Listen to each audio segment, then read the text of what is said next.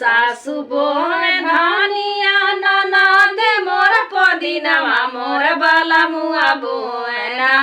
मोर बाला मुआ बोएना मोहनापुर के मुरैया मोर बाला मुआ बोएना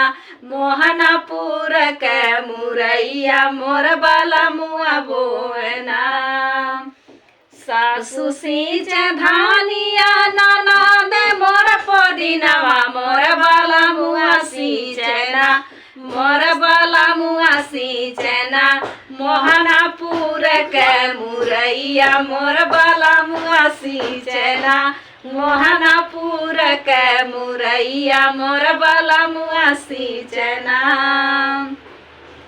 सासु खोट धानिया ननद मोर पदिनवा मोर बाला मुआ कोड़ना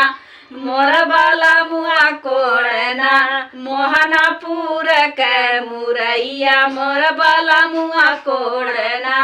मोहनापुर के मुरैया मोर बाला मुआ कोड़ना सासु काट धानिया ननद मोर पदिनवा मोर बाला मुआ उखाड़ना मोर बाला मुआ उखाड़ना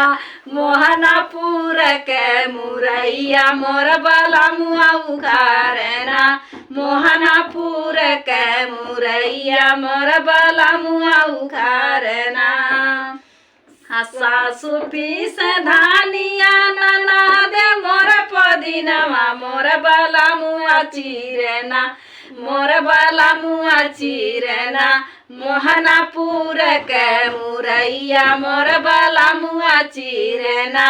मोहनापुर के मुरैया मोर बाला मुआ चीरना सासु चाट धानिया ननद मोर पदिनवा मोर बाला मुआ खालना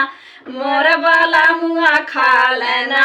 मोहनापुर के मुरैया मोर बाला मुआ खालना